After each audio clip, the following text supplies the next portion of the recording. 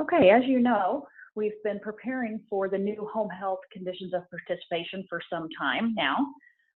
And they were supposed to be implemented in July of this year, and CMS agreed to put them off until January. And so the implementation date is January 13th.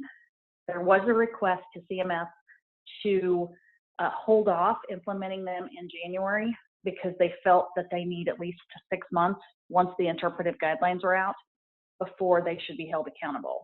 That did not pass, so they will be out in January. We do not have interpretive guidelines yet, but they did submit the first draft of interpretive guidelines to get people's opinion. So I'm hoping that we will get a final on those interpretive guidelines by the end of the month. It may actually be longer before they're given to the public, but I go to CHAP to DC at the end of this month to go over and take training on all the interpretive guidelines. So CHAP is hoping that they will be there by then. And I will pass on that information to you guys as soon as I get it. So the first one that I want to start with today is 484.50, and it's on patient rights. Now, what I've tried to do for the PowerPoint, just to save time, is to focus particularly on the changes or the additions. So some of this stuff you'll see just to kind of lead into what I'm talking about, and they aren't changes, but you'll mainly be seeing that changes or additions or reorganization, things like that. So of course, you know, the patient and representative, if they have one, have the right to be informed of the patient's right in a language and manner the individual understands.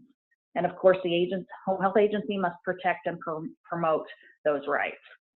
So they have notice of rights at A, exercise of rights at B, rights of the patient at C, transfer and discharge rights at D, investigation of complaints at E, and accessibility at F. And again, that's just restating what the CMS standard is for patient rights. And we're going to start with 484.50A, and this is the notice of the rights. So the home health agency must provide the patient and their legal representative, if they have one, the following information during the initial evaluation visit. So the important piece of this is that you're providing them these rights in advance of furnishing care to the patient. So this is going to be when you go out and you talk to them about home health and you do an evaluation to see, do they qualify for home health? Do they qualify for homebound status? And before your nurse or your clinician starts that first assessment, if they're going to do that on that day one of the evaluation, they need to provide the notice of rights to the patient and representative. And this drills down a little bit more on exactly how we're providing them. So we have to give them a written notice of the patient's rights and responsibilities. And that written notice has to be understandable for any language and accessible to individuals with disabilities. So think about your patient who may be blind. How are you going to help them? How are you going to give them a written notice of their patient rights with that disability? Obviously, we frequently think of the common other languages that are in your territories, and you have you know, documentation and handouts in other languages, but think a little bit beyond that. Think about somebody who maybe they speak English, but maybe they have a third grade education. Make sure that you have transposed those patient rights so that they're able to understand that, including in the written notice. You have to provide them with a written notice of your agency's transfer and discharge policies. Again, they have to be in a way that is understandable to the patient. You have to provide them contact information for the agency's administrator. That has to include the administrator's name, the business address, the business phone number, and that's the number they call to receive complaints. You also have to provide them the OASIS privacy notice.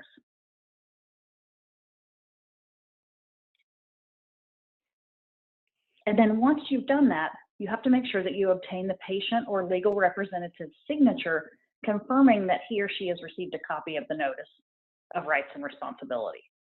So when a surveyor comes in, they're going to do a few things here. They're going to look and see what your Bill of Rights looks like and make sure it has all the components.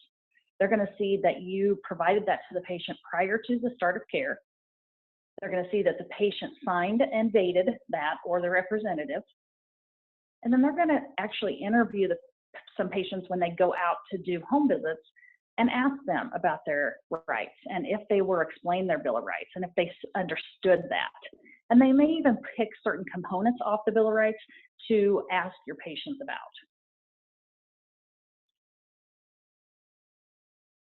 Now let's talk about notice of rights. The home health agency must provide verbal notice of the patient's rights and responsibilities. That verbal notice has to be provided in their primary or preferred language, which I'm sure you're already doing. Has to be provided in a manner that the individual understands. Again, remember those patients that are kind of outside the box. So you set yourself up and you have your Bill of Rights in all the common languages in your area. But again, how are you handling it if you have somebody who has a lower education level or somebody who has a disability? Of course, it's provided free of charge, that a competent interpreter will be used if necessary.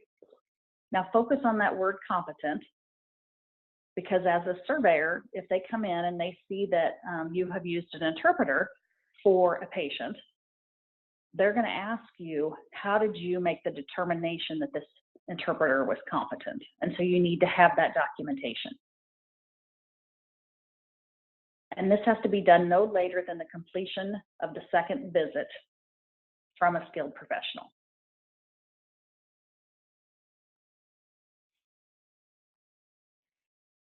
All agency staff need to be trained to identify patients with language barriers. So this again is something that we do when we think about different cultural languages. But what about other areas that patient may struggle in regards to language? You've got to be able to show that all of your staff, so this is something I would do once a year for your annual training, that all of your staff have had a training on how to identify these patients.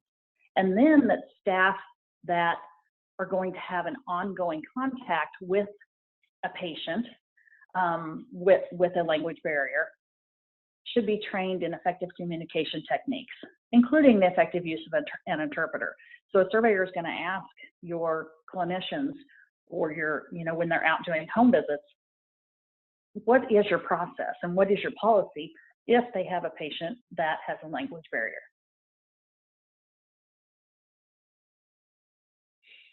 In those instances where a home health agency has a patient that speaks a language in which you don't have written material translated into, so something that is out of the norm for your area. Now I'll tell you, with this specific one, if it's just you don't have it and it's not a language that is very unusual for your area, the surveyor is going to tag you on it. So you should have everything prepared for the top languages that you see in your territory. But let's say you have something totally out of the norm. Then you can delay the notification of rights and responsibilities until the interpreter is present. And they can be present either physically, electronically, or telephonically. However, this delay can be no longer still than the second visit. If this takes place, so if you have to delay it, you make sure that you document that the verbal discussion of the rights took place and that the patient and or representative was able to confirm his or her understanding of the rights.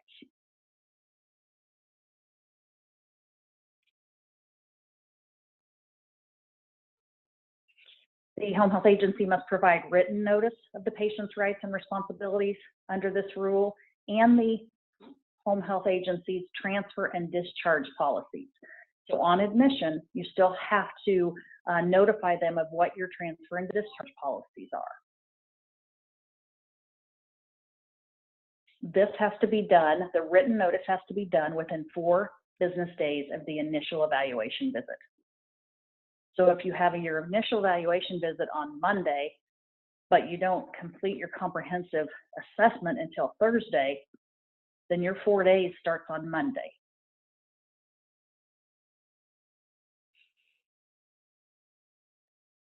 This is just a nice chart to kind of have access to for a resource that you can pull up, and it'll tell you specifically when it comes to written versus verbal and the different rights. So for instance, the written notice of patient rights has to be done on the initial assessment visit, and again, prior to the start of care. If they are asking you to send it to a patient chosen representative that may not be there during that, you have 4 days from the initial evaluation visit. Written notice of transfer and discharge policies, again, to the patient, has to be given to them at the initial assessment visit prior to care, and the same 4 days if they have a patient chosen representative. The administrator contact information has to be done on the initial assessment visit, OASIS privacy notice, the initial assessment visit, and then the verbal notice of rights has to be done by the end of the second skilled discipline day. So on that initial assessment visit, you're going to give them their written patient rights, but you may not have the opportunity, or they may not be ready because of all that's going on with them, to get the verbal explanation of those rights. So you can put that off, but it has to be done by the end of the second visit.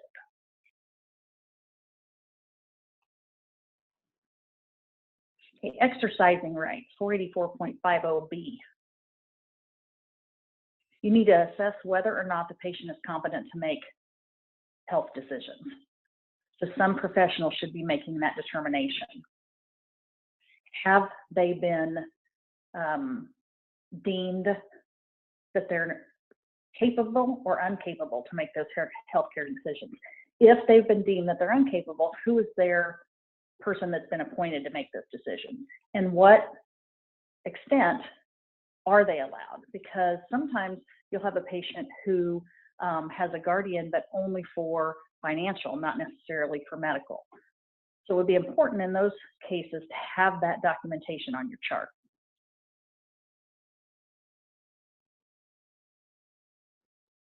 So of course, as you know, if they are deemed unable to make their own choices and they've been appointed a guardian, that person can make choices on behalf of the patient.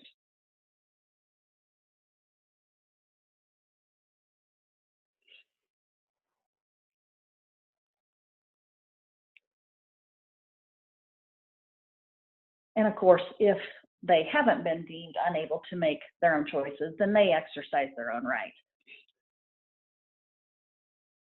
Okay, rights of the patient, 484.50C. The patient has the right to, and many of these are not changed, but I want to go through them anyway, and we'll focus on the pieces that it appears that CMS is going to focus on. So the patient has the right to have his or her property and person treated with respect, be free from verbal, mental, sexual, physical abuse, including injuries of unknown source, neglect, and misappropriation of property. Make complaints to the home health agency regarding treatment or care that is or fails to be furnished, and the lack of respect for property and or person by anyone who is furnishing services on behalf of the home health agency.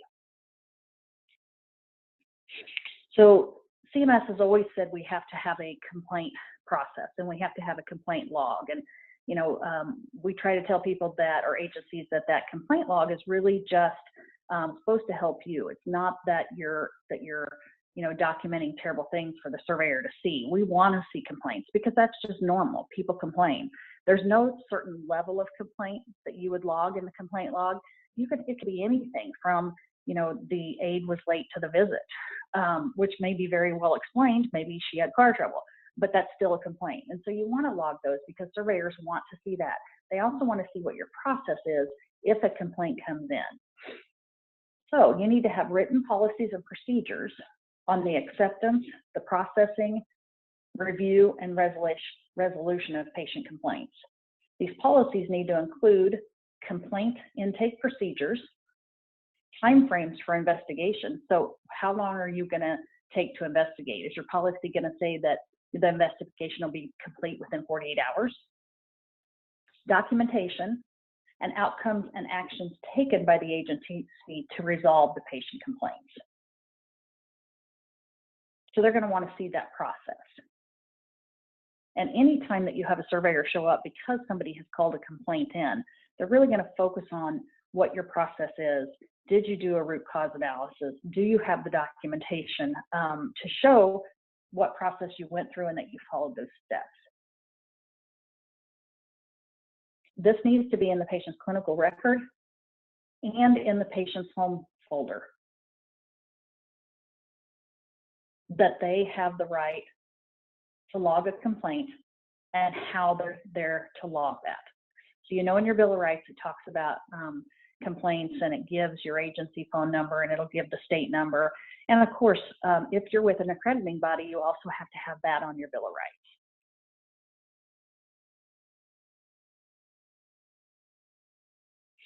The patient has the right to participate in, be informed about, and to consent or refuse care in advance of and during treatment where appropriate. So this means that when you're devising their plan of care, they're a piece of that and they're a part of that. And you can't just add something to the plan of care and do it before talking to the patient. And we're going to talk about the other components or the other people that you have to talk to in that case also. So this is in respect to completion of all assessments. So if a nurse goes in and the patient says, you know what, I don't want my blood pressure taken today, that is their right. The care to be furnished based on the comprehensive assessment, establishing and revising the plan of care. Now this is a big one, and this is one that we see a lot of deficiencies on.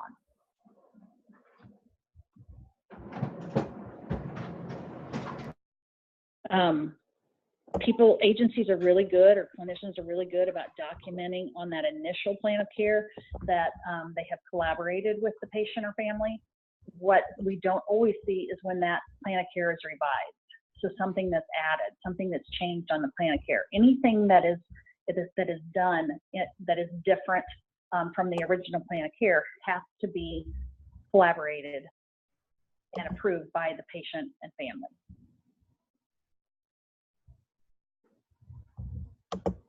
It's the right to know the disciplines that will furnish care.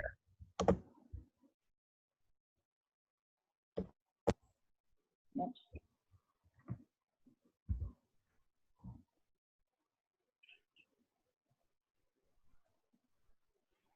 The frequency of their visits. They have the right to know the expected outcomes of care, including patient-identified goals and anticipated risk and benefits. Any factors that can impact treatment effectiveness, and any changes in the care to be furnished. So again, prior to the start of your care, you've got to let them know the visit frequencies, the disciplines that are going to be coming, their goals. So it's important that we're having patient-identified goals, whereas, you know, in the past, we focus more on what our goals of care were for them. If I have somebody not muted, hold on one sec, I'll mute you. I can find you. There we go. So when we're talking about goals and care preferences, you know, in the past, we think about what goal do we want for the patient. You know, we have a goal that we want the patient to have their pain managed within a week. What we need to really focus on and make sure we have documented is that the patient's identified goals as well.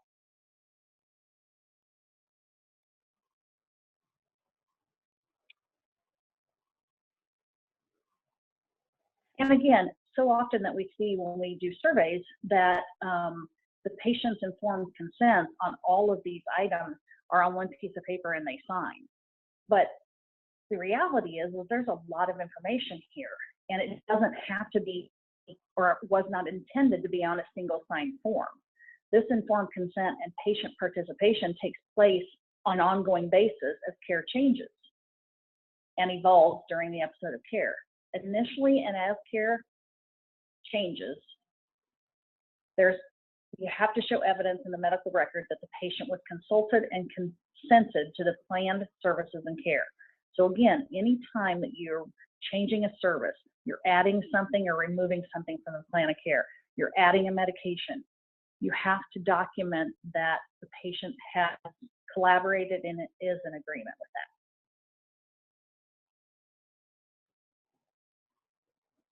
The patient has the right to receive all services outlined in the plan of care.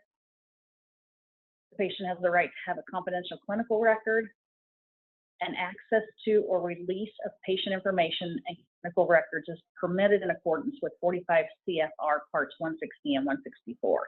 And what I want you to know about this one, a lot of Bill of Rights that I look at have the patient right that they have the right to look at their confidential clinical record.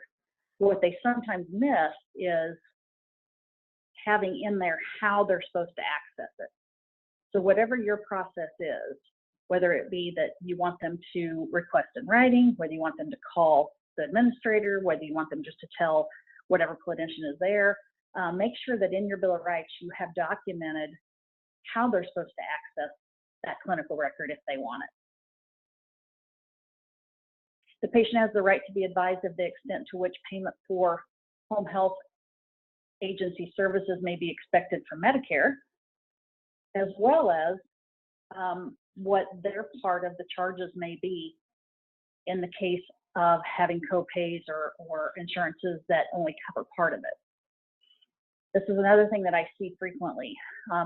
Most people on their consents, they have a place that talks about financial responsibility. Unfortunately, a lot of people skip that part, especially if the patient is on Medicare or Medicaid. They tend to skip that. You will get tagged on that. So you still need to document that they're on the Medicare or Medicaid and document what the charges are going to be and what portion of that will be going to the patient. And remember, this has to be done because they have to be advised of what the cost is going to be to their insurance and to themselves prior to the care being initiated.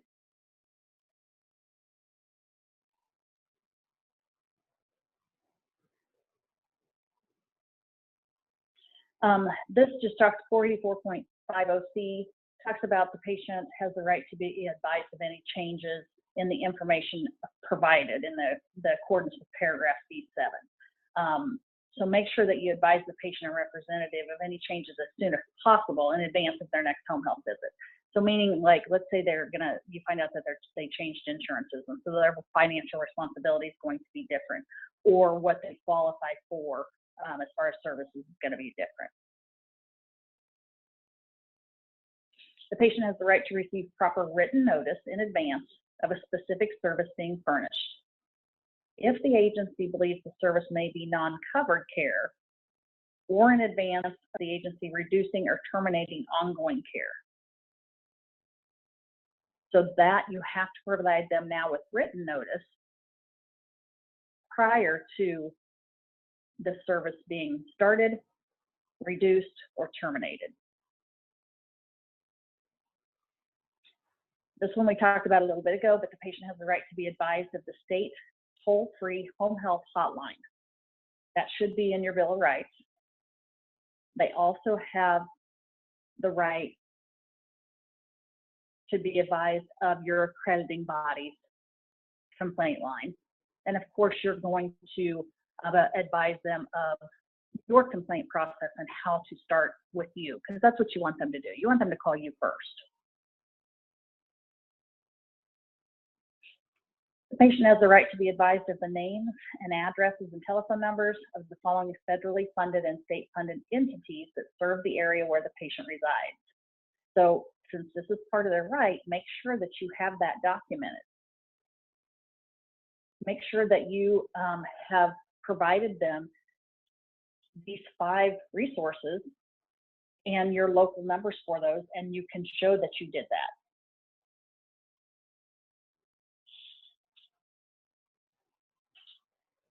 Of course, the patient has the right to be free of discrimination or reprisal from exercising his or her rights or voicing grievances. They have the right to be informed of the right to access auxiliary aids and language services and how to access those services. Okay, now let's talk about 484.50D, and this is on the transfer and discharge. The patient and representative, if any, have the right to be informed of the agency's policies for transfer and discharge. So you need to be notifying them of those on admission. And then you have to remember that you can only transfer or discharge a patient from your agency if it's necessary for the patient's welfare, because the home health agency and the physician who is responsible for the home health plan of care agree that the agency can no longer meet the patient's needs based on the patient's acuity. So maybe this patient is not only, they're not improving, but they're actually declining, and it's looking like they need to have more, a higher level of skilled care. If that happens, the agency must arrange a safe and appropriate transfer to other care entities when the needs of the patient exceed the agency's capabilities. So the important pieces there is if you have a patient that needs more care than you're able to give them, you can't just discharge or transfer the patient. You have to arrange that transfer, and you've got to show that documentation. And of course, you've got to notify certain people prior to this happening. You've got to notify your patient and their representative. We're going to talk in a little bit about notifying the physicians that are involved in the patient's care. The home health agency may only transfer or discharge a patient from the home health if the patient or payer will no longer pay for the service provided.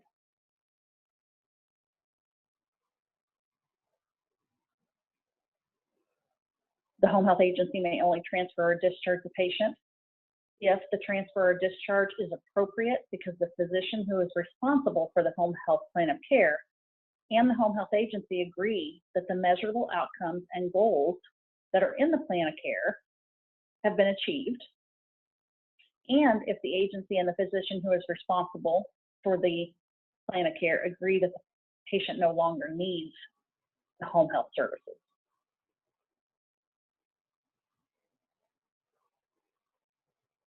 The home health agency may transfer or discharge a patient if the patient refuses services or elects to be transferred or discharged. So here's the important piece of this one. You know, we frequently have those patients who, you know, they'll either refuse part of their assessment, or you'll go and refuse their dressing, or maybe they don't answer the door or cancel appointments. They're really going to be looking at what you've done, how much the patient is refusing, and what you've done as an agency to figure out why they're doing that, and steps in place to take care of that before you just discharge them.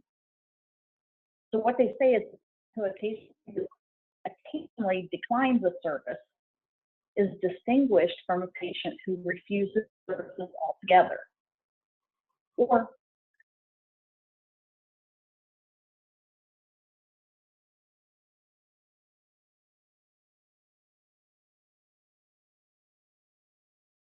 the risks and the potential adverse outcomes from, you know, you show documentation that you talk to the patient about the fact that if they refuse their wound care treatment changes when they should be done, what are the risks to them?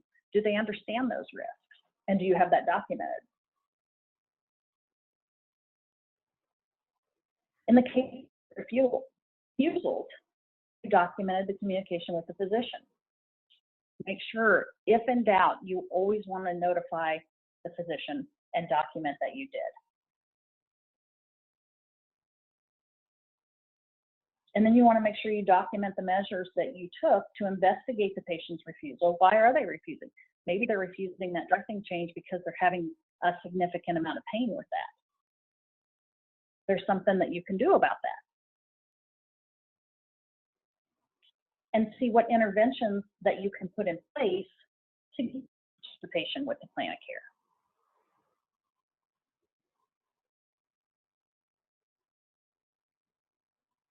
The home health agency determines under a policy set by your agency for the purpose of addressing discharge for cause. So make sure you've got a policy and make sure that that policy meets the requirements.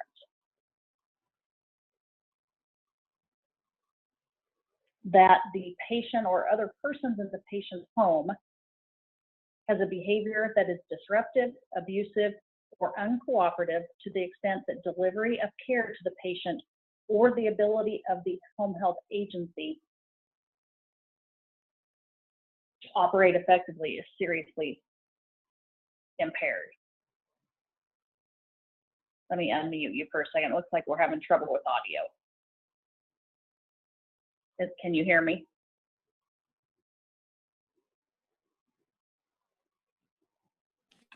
Yes. Okay, I just want to make sure I have a few people that are having trouble with audio. So I apologize for that. Go ahead and click in that chat box for those of you if you continue to have trouble with it.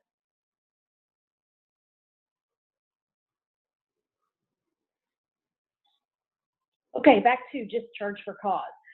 So of course there has to be, appropriate reasons. You have to have appropriate documentation, and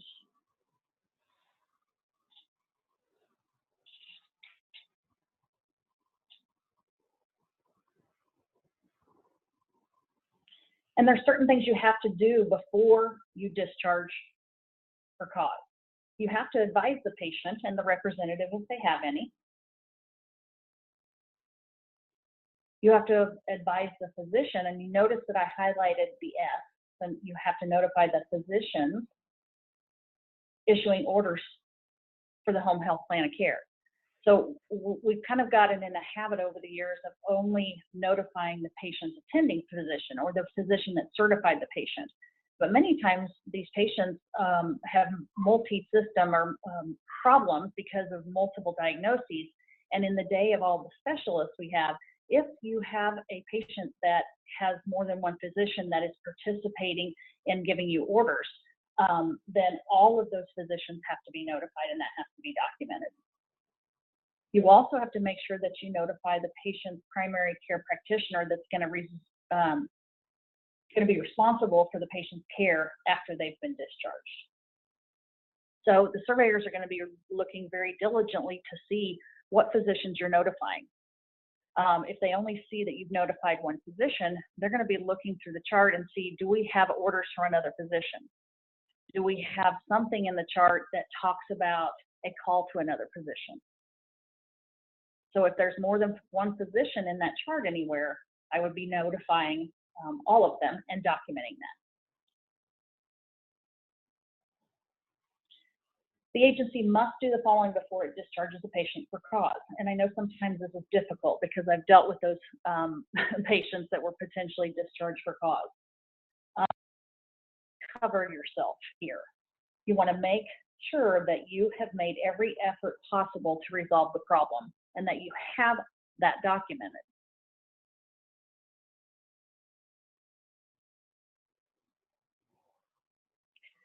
The clinical record must reflect the identification of the problem encountered, the assessment of the situation, communication with the home health agency's management and the physician, and I should have put an S there, the physicians responsible for the plan of care, and what your plan is to resolve the issue.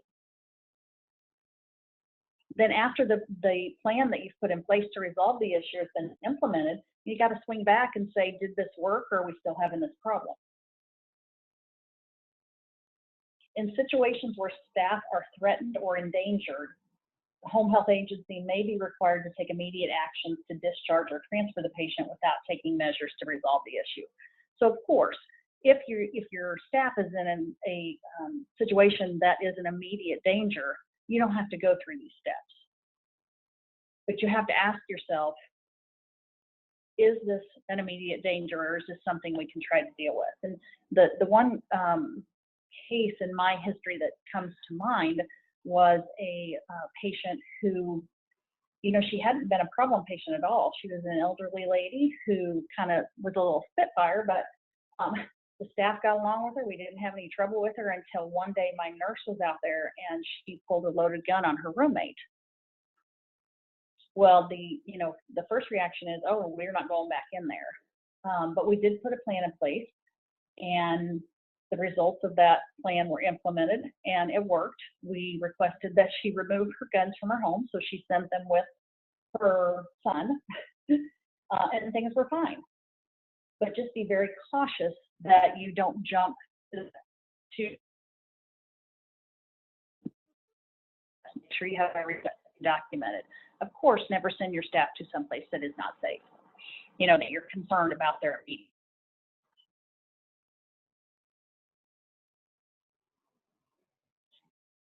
Patient representative information to. Yeah, now we have difficulty. Sometimes you're breaking up. The line is breaking up. I'm sorry. That's okay. Thank you. Let me try this again. I keep getting closer to my window.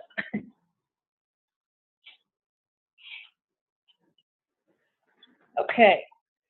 I'm a little closer yet, so we'll keep going. The home health agency must do the following before it discharges a patient. You have to document the problem and the efforts made to resolve the problem, and make sure that this documentation is in the clinical record. And of course, you can transfer or discharge a patient if the patient passes away or if you, as an agency, cease to operate. Okay, we're going to go on to investigation of complaints. And this is at standard 484.50.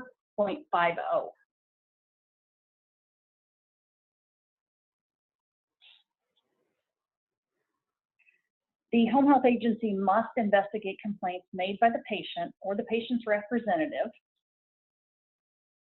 and the patient's caregivers and family, including but not limited to the following topics: treatment or care that is or fails to be furnished, is furnished inconsistently, or is furnished inappropriately. You need to investigate the complaint. Oh, I'm sorry. Let me go backwards again. The agency must investigate these complaints. We talked about the treatment or care if it fails. Mistreatment, neglect, verbal, mental, sexual, physical abuse, including injuries of unknown source, and or misappropriation of the patient property. You must document both the existence of the complaint and the resolution of the complaint, and then take action to prevent further potential violations, including retaliation. So again, this goes back to that you have to have a complaint process, and the surveyor is going to ask you about what your complaint process is.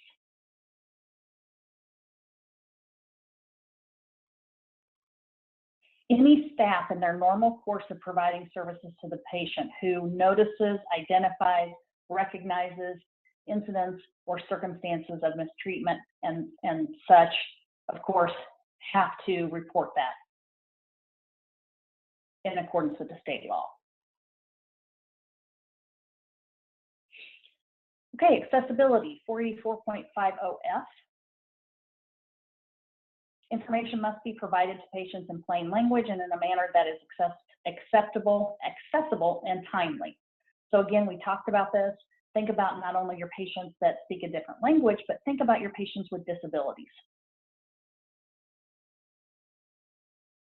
The information has to be provided to the patients in language and a manner that is accessible and timely to patients that have limited English.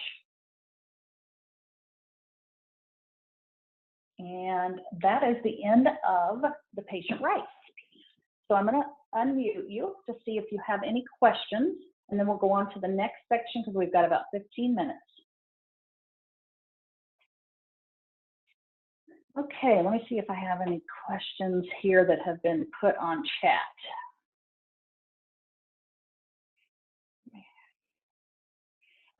The question is, in Careficient, does an ABN pop up when the patient frequency is reduced. Currently, it does not do that. But we can look further into that. Let me see who that's coming from, and I will get back with you so we can discuss a little bit more what you're wanting and what your suggestion is, because it may be something that all the agencies would be familiar with. So I will give you a call, Maria. Okay, anybody else with questions on patient rights before we move on? Okay, I'm going to mute you again.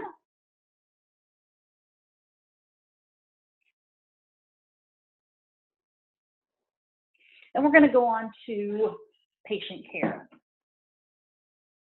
And again, with this, I'm not going through every single COP that's related to patient care. We're gonna talk about or focus on the changes. You may see some things that you already know just leading up to what we're going to talk about. So 484.55, comprehensive assessment of the patient. When it comes to the initial assessment visit, there's been no changes made. That again, you have to have the completion of the comprehensive assessment within 5 days of the start of care. And the content of the comprehensive assessment has to include psychosocial, cognitive, and functional status. Now let's stop a minute and talk about those ones. What I tend to see a lot when I go out on surveys and look at records, and of course we haven't always included some of the things that they're including now, but remember that when your therapists do your start of care, typically when a therapist does a start of care and there's not a skilled nurse involved, that patient is really therapy driven. So it's a post-hip surgery, things like that. And so sometimes your therapists don't think about looking at these other components, and those pieces will be left blank. So regardless of who's doing the start of care assessment, regardless of what the patient's diagnosis is, even if it tends to be more of a focused issue, you have to have a psychosocial, cognitive, and functional status assessment. We're going to talk in a little bit about what we're doing in the Careficient system to help you with that. Your comprehensive assessment has to list your patient's strengths, goals, and care preferences. The care preferences is the new part. But what I want to go back and talk about is the patient's strengths. Because what we've tended to do in the past is document what we believe the patient's strengths are. What they're wanting you to do now is document not only what the clinician who's doing the assessment or the clinicians that are doing the assessment, they're going to document what they believe the patient's strengths are, but we want the patient to also recognize what their strengths are. And we want to be able to document that these are the strengths that the patient identified. These are the strengths that the agency identified, so that you can be working with both of those strengths. The new piece on the care preferences, you have to show documentation of what those care preferences are. So for instance, do they prefer to have their visits on Wednesdays? Do they prefer their visits in the afternoon because then? Those are things that we're already finding out when we do scheduling, but are you documenting that in the record? Of course, the comprehensive assessment has to include a medication review, and I want to talk a minute about medication review. Yes, you have to do it on admission, but you also have to do a medication review with any new medication addition. When you're reviewing the medications, you're looking at them for certain components that CMS says we need to. You know, those include side effects, duplicate therapy, contradictions, interactions. Those all have to be checked and reviewed with every new medication. Then if you do have a contradiction or an interaction, you have to show documentation that you notified the physician and what you're going to do about that. Does the physician want them to go ahead and continue the orders as written? Another new piece in your comprehensive assessment, you've got to document the primary caregivers, so the names and the relationships, including their willingness and ability to provide care. So are they willing? And have you done an assessment to determine that they capable to provide care, and then what their availability and schedules are. So you may potentially have 3 caregivers. They may all be willing, but only some of them have the ability, and you want everybody's schedules. When are they going to be with the patient? So that's a new one that's going to be a little bit of a challenge. What we have done in the Careficient system, or what we're doing in the Careficient system, is that there will be a piece within that start of care assessment, whether it's an OASIS or not an OASIS, that assesses the willingness and the ability, and then gives you a place to document their availability and schedules. In the comprehensive assessment, you have to document the patient's representative, which is new. And of course, incorporate the OASIS, which people are already doing. And then just as a little caveat, the comprehensive assessment has to be done within 5 days of the start of care, but they do allow for physician order resumption of care in addition to that fixed 48-hour time frame. So your patient goes on hold, they go to the hospital, they're being discharged from the hospital. The current rule is that they have to be admitted within 48 hours. However, if your physician orders a different resumption of care date, you don't have to fit in that 48 hours.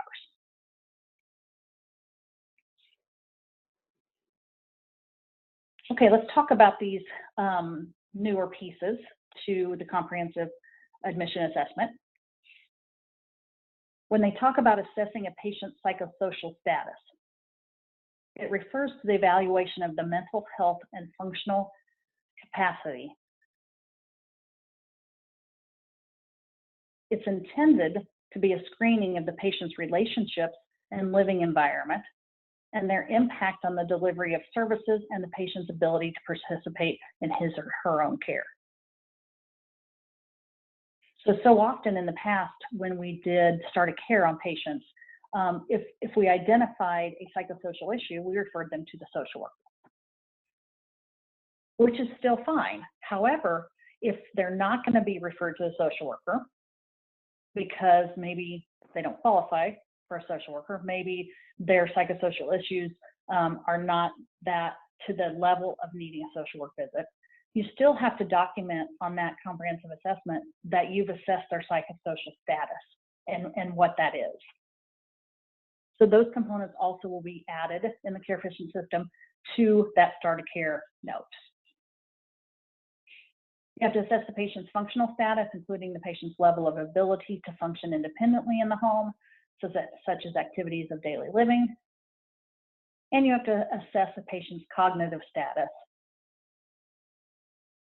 which refers to evaluation of the degree of his or her ability to understand, remember, and participate in developing and implementing the plan of care. So there's some, we are adding in the Careficient system some mental exams that can be done to give you an idea of where their cognitive status is and to give you an opportunity to document that. Of course, it has to include the patient's current health, and again, the psychosocial, functional, and cognitive status. It has to identify the patient's strengths as well as what your strengths are, what you've identified in the patient, the goals and their care preferences, and any information that can be used to demonstrate the patient's progress towards achievement of the goals and measurable outcomes. Now, we're going to talk more about this when we get into talking about the plan of care. But one of the big pieces that CMS is really going to be focusing on, and actually, you may have had a surveyor in the last year, but for the last year, CMS has really pushed CHAP to be looking at, do we have goals that are measurable? Do we have interventions that are individualized? So we're going to be really talking about that when we get to the plan of care section of the new home health COPs.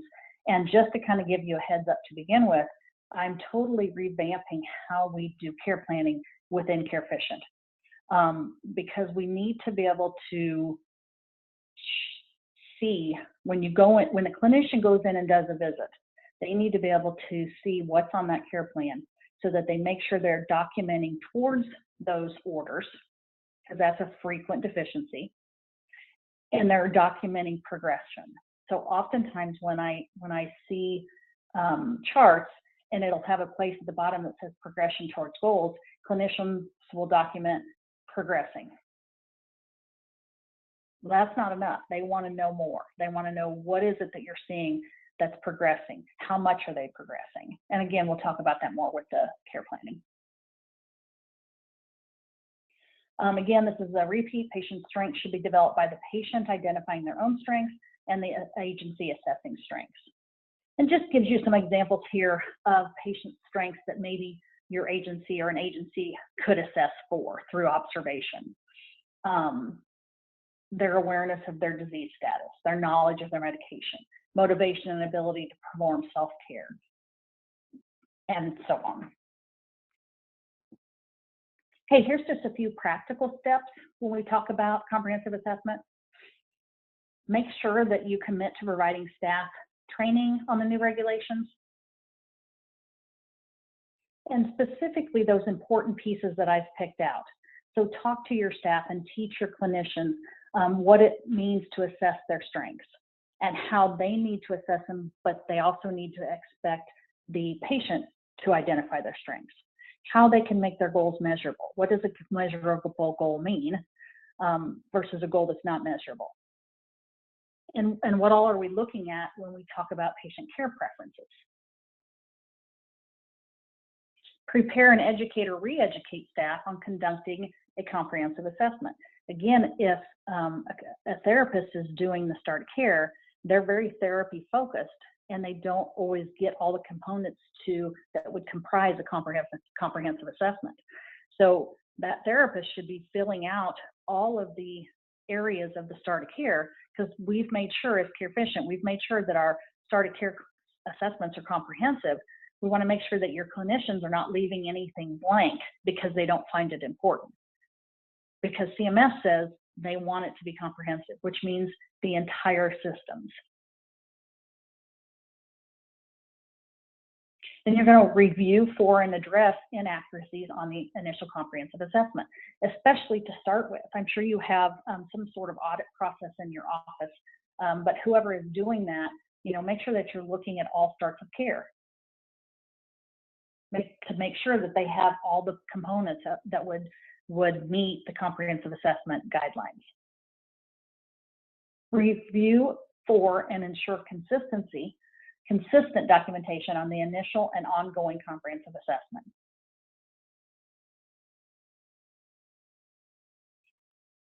Look at your current comprehensive assessment forms and tools and make sure they're updated to include the new requirements.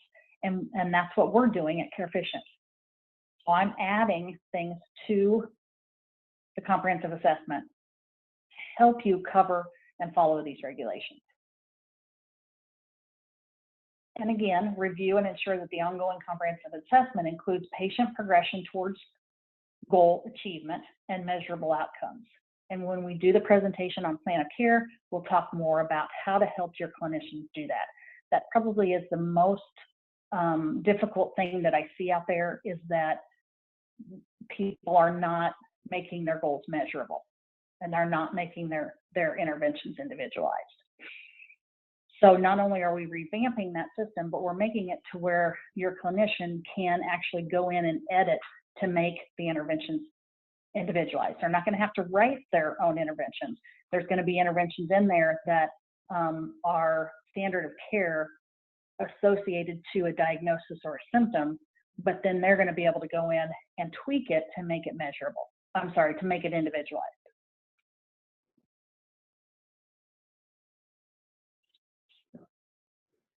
Again, the content of the comprehensive assessment, you have to have the patient's primary caregivers, including their willingness and ability to provide care, their availability and schedules, and you'll see that in the new note when we get that sent out. And again, you have to admit within and do the comprehensive assessment within 48 hours of the patient's return to the home.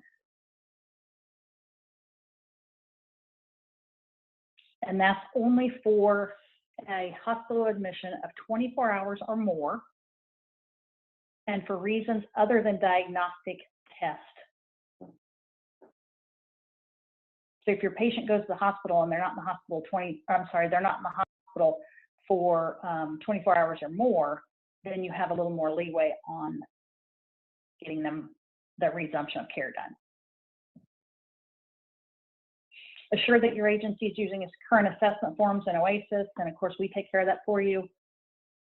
Assure that your patient assessments are comprehensive and that documentation reflects every aspect of the assessment. So don't leave anything blank. And then develop individualized care plans.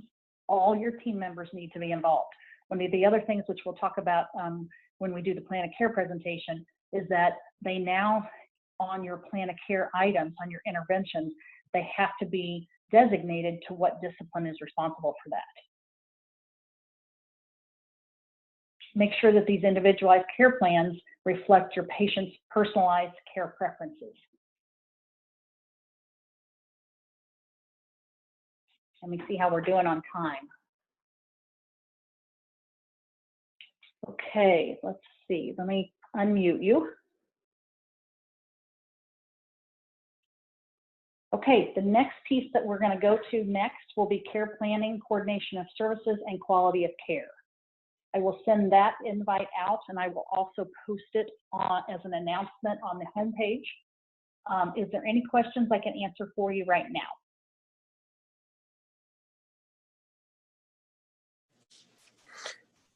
That was great. Thank you so much. You are welcome. I will get the next one sent out, and we'll focus on this next piece, which is going to be a pretty big piece. So everybody have a wonderful day, and you will get an invite from me soon. Thank you. Thank you. Have a good afternoon.